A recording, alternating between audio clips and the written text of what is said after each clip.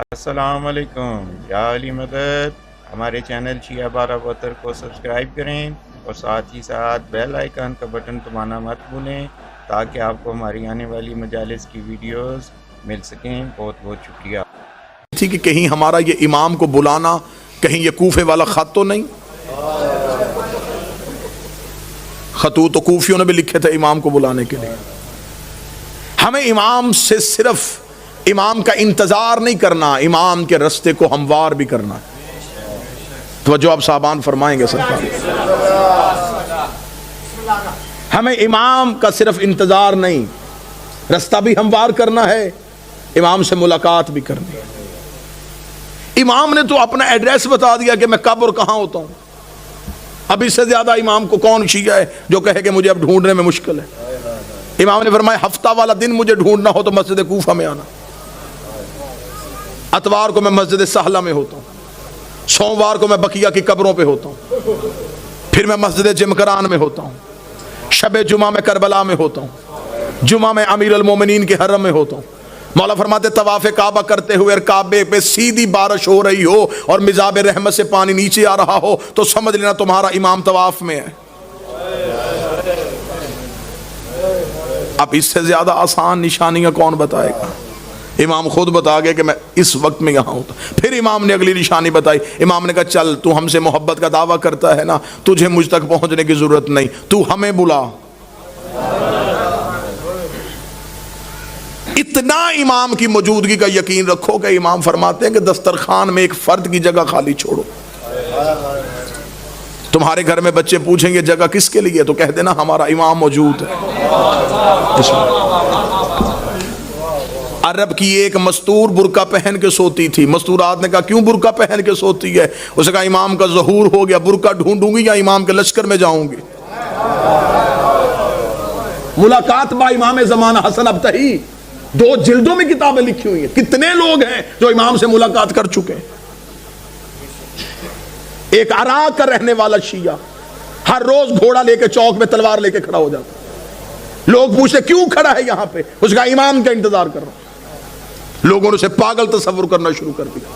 ایک دن کسی نے مذاق میں کہا تو یہاں کھڑا ہے، امام تو وہاں آ چکے ہیں۔ اس نے اپنے گھوڑے کا رخ موڑا، دوڑا اور پھر کبھی بھی واپس نہ آیا۔ یقیناً وہ امام کے لشکر میں شامل ہوئے۔ امام تو ہمارے اتنا قریب۔ ایک شخص نے ایک عارف سے آ کے شقیق نے کہا کہ میں مولا سے ملنا چاہتا ہوں، مجھے کوئی عمل بتائیے جو میں کروں اور امام سے ملاقات ہو۔ موضوع پسند ہے سرکار؟ یا علی مشکلوں میں کچھ، مجھے کوئی عمل بتائیے میں مولا سے مل سکوں۔ انہوں نے کہا عمل یہ ہے کہ رات کو تیز نمک والا کھانا کھا کے سونا۔ اس نے کہا کیوں؟ فرمایا بس تیز نمک والا کھانا کھا کے سو گیا، صبح آیا میں سو گیا تھا دی رات لیکن زیارت نہیں ہوئی۔ اس نے کہا خواب میں کیا دیکھتا رہا؟ اس نے کہا پانی، اس لیے کہ میرے دل میں پانی کی طلب تھی۔ اس نے کہا جتنی طلب تیرے دل میں پانی کی تھی اتنی امام کی کر ملاقات ہو جائے گی۔ شدت پیدا کر امام سے ملنے کی، خواہش پیدا کر امام سے۔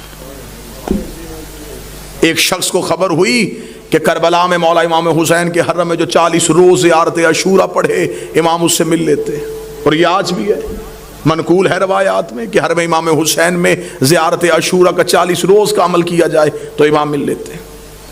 وہ 40 روز زیارت عاشورہ کا عمل کرنے کے لیے چلا گیا، جیسے جیسے دن گزرتے گئے ذہن میں اعتماد ختم ہوتا رہا کہ نہیں ملاقات نہیں ہو سکتی، میں اس قابل نہیں ہوں، میں گنہگار ہوں، وہ مجھ سے نہیں ملیں گے۔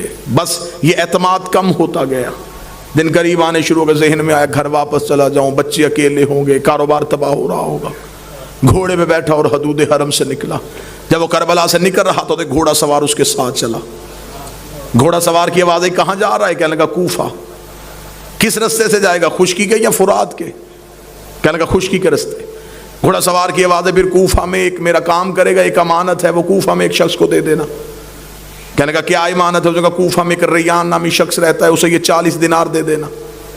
جب تو اس کے دروازے پہ جائے گا، دستک دے گا، صبح کا وقت ہوگا، وہ دروازہ کھولے گا، اس کے بازوؤں پہ خون کے چھینٹے ہوں گے، پریشان نہ ہونا، وہ قصاب ہے، صبح صبح جانور ذبح کرتا ہے۔ ذہن میں پھر نہ آیا کہ جو پہنچنے سے پہلے وجہ بتا رہا ہے۔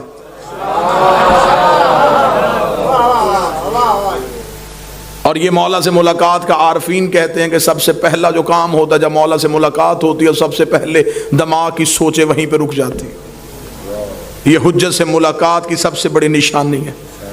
دماغ وہیں پہ رک جاتا ہے. جب ملاقات ختم ہوتی ہے تو پھر وہیں سے شروع ہوتا ہے.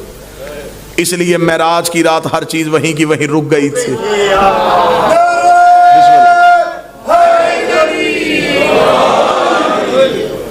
اب جب گھوڑا سوار واپس پلٹا تو اس نے آواز دے کے کہا, اس نے کہا اگر وہ پوچھے یہ کس نے دیے ہیں تو اپنا نام تو بتائیے. گھوڑا سوار کی آواز ہے, کہہ دینا بقیہ نے دیے.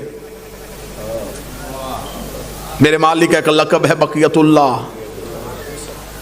چلا گیا, جا کے کوفہ میں صبح پہنچا, اسی قصاب کے دروازے پہ دستک دی, اندر سے وہی شخص نکلا, بازوؤں پہ خون کے چھینٹے. دیکھیں گے مجھے خبر ہے تو صبح صبح جانور ذبح کر رہا ہے. کہاں سے آیا؟ کہنے لگا کربلا سے آیا ہوں. تو میرے دروازے پہ کیوں آیا ہے؟ میرے پاس تیری ایک امانت ہے, یہ 40 دینار کسی نے کربلا سے دیے, اسے کہا ریان کو دے دینا. آنکھیں کھلی کی کھلی رکھ, رک یہیں پہ. اندر گیا, لباس تبدیل کیا, وضو کر کے باہر آیا. کہنے لگا زحمت ہوئی تجھے میرے دروازے پہ, میں معذرت چاہتا ہوں, تجھے اپنے دروازے پہ روک کے رکھا, میں لباس تبدیل کر چکا ہوں, وضو کر چکا ہوں, تھوڑی دیر کے لیے گھوڑے سے اتر, مجھے وہ آنکھیں چومنے دے جس سے تو نے مولا کو دیکھا ہے, مجھے وہ ہاتھ چومنے دے جس سے تو نے مولا کو ہاتھوں کو ہاتھ لگائے. یہ پریشان ہو گیا تھا, کون سے مولا؟ اس نے کہا یہ کیا تمہیں صاحب الامر نے نہیں دیے؟ کہنے لگا کون سے صاحب العصر؟ کیا وہ امام زمان تھے؟ اس نے کہا تو وہاں مل کے آیا, تجھے پتہ ہی نہیں؟ مجھے جو جب بھی کوئی مشکل ہوتی ہے میں انہی کو بلاتا ہوں. میں نے تو ابھی رات کو کہا تھا مولا 40 دینار کا قرضہ ہے, مجھے واپس دینا ہے. صبح سے پہلے اس نے واپس بھیج دیا.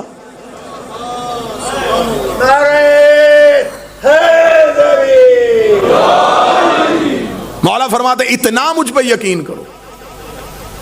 جب تمہارا یقین اتنا بڑھ جائے گا پھر تم اپنی مشکل کسی کو بتاؤ گے نہیں. اب یہ محبت کا معیار ہے. امام فرماتے میرے شیعوں مجھ سے رات کو سرگوشیاں کیا کرو. سرگوشی کیا, تکیے کے سر رکھ کے اپنے دکھ مجھے سنایا کرو. امام فرماتے تو تکیے پہ سر رکھ کے مجھے اپنے دکھ سنا کے سو جا, صبح کا سورج طلوع ہونے سے پہلے تیرے دکھ نہ ٹالوں, مجھے بطول کا لال نہ کہنا. تو مجھ پہ اعتماد تو کرو, تو مجھ پہ یقین تو کرو, تو مجھ تک پہنچنے کا رستہ تو تلاش کرو. امام فرماتے ہیں میرا شیعہ وہ ہے جو میرا ظہور ہر روز مانگے. وہ ساری زندگی اس کی حالت ایسی رہ جیسے اس کی کوئی چیز گم ہو چکی ہے اور وہ اسے ڈھونڈ رہا ہے. شیعہ بھی, اور اسے یہ بھی پتا ہو کہ میرے وقت کا امام کہیں نہ کہیں خون رو رہا ہے. پھر اس کے دل میں یہ طلب ہونی چاہیے کہ میں امام تک کسی نہ کسی طریقے سے پہنچوں. ملاقات امام سے ہے. قبلہ تشریف فرمائے ملاقات ممکن بھی ہے. ہاں امام ملتے ہیں ہر کسی سے اس کی معرفت کے مطابق, اس کے عرفان کے مطابق. آئیں گے ضرور, برا ہو صحیح آئیں گے ضرور. چلے میں تحفہ دوں, آج کی آخری مجلس میں ہدیہ دوں. مولا فرماتے جس دن تم چاہو کہ تم مرنا نہیں چاہتے, جس دن تمہارا جی زندہ رہنے کے لیے ہو کہ آج میں زندہ رہنا چاہتا ہوں, عمل یہ ہے مولا فرماتے اس روز آنکھ کھلے تو اٹھتے ہی, بلکہ یہ روز کا معمول بناؤ, آنکھ کھلتے ہی السلام علیکم یا صاحب العصر و زمان, اے میرے وقت کے امام تجھ میں میرا سلام. امام زمانہ بآواز بلند چلا اللہم صلی علی محمد و آلہ سائل نے کہا مولا کریں گے سلام تو موت کیسے نہیں آئے گی؟ امام نے فرمایا سلام سنت ہے, جواب دینا واجب ہے. تم سلام کرو گے وہ جہاں بھی ہے واپسی میں جواب دے گا علیکہ السلام. جب وہ کہہ دے سلامتی ہو تو پھر موت کیسے آ سکتی؟ اب امام تک پہنچنے کا رستہ کس نے تعین کرنا ہے؟ جب حجت موجود ہو تو پھر ہمیں غیر کے دروازے پہ جھکنے کی ضرورت ہی نہیں رہتی. سرکار اب ہمارا امام تک پہنچنے کا ایک ہی ذریعہ ہے, اپنے توکل کو بلند کیجئے, اپنے اعتماد کو بحال کیجئے, یقین کی منزل پہ آئیے اور یہ یقین رکھیے کہ ہمارے وارث موجود ہیں, ہمارے امام ہمیں دیکھ رہے ہیں. جب یہ یقین آ جائے گا نا کہ امام موجود بھی ہیں, دیکھ بھی رہے ہیں, پھر گناہ کون کرے گا؟ جو بیٹا باپ کے سامنے سگریٹ نہیں پیتا,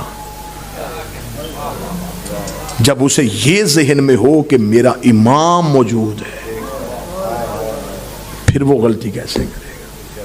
لیکن ہم نے اپنے اندر سے وہ یقین ختم کر لیا ہے. ہم سمجھتے ہیں کہ امام ہے بس آ جائیں گے, آ کے ہمارا بھی انتقام لیں گے, اپنا بھی انتقام لیں گے. نہیں, امام کو ایسے نوکر نہیں چاہیے. امام کو ایسے چاہیے جو آج بھی امام کے عشق میں ویسے کھڑے ہوں جیسے امام کے قیام پہ کھڑے ہونا. ہم ظہور کے بالکل قریب ہیں, اور یہ جو آج چھوٹے چھوٹے مسئلے مسائل, یہ مسئلہ وہ مسئلہ, یہ مسئلہ وہ مسئلہ, یہ مسئلے نہیں ہیں, یہ امام کا چھان باریک ہو رہا ہے.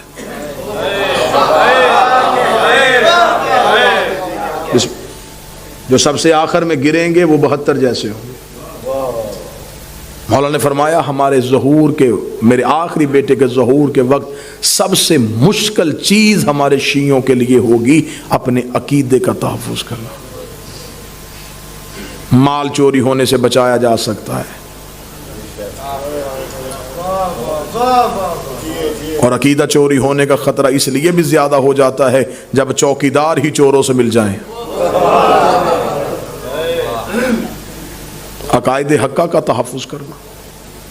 ہم حجت کے قریب جا رہے ہیں. مولا فرماتے جب میرے شیعوں کے روزانہ کے اعمال میرے سامنے آتے ہیں تو آپ یہ جملہ سمجھیے گا, اور اس کے بعد پھر گناہ کرتے ہوئے ایک بات ذہن میں, یہ میری روایت کو ضرور آنے دیجیے گا.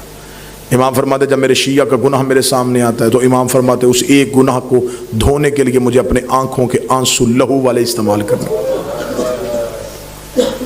مولا اپنے آنسوؤں سے اس شیعہ کے اس گناہ کو دھوتے, دھو کے کہتے ہیں میرے اللہ یہ مجھ سے محبت کرتا تھا, بے خبری میں گناہ کر گیا. اس لیے مولا نے فرمایا میرے شیعوں ہمارے لیے شہرت کا باعث بننا, میری آنکھ میں آنسو کا باعث نہ بننا.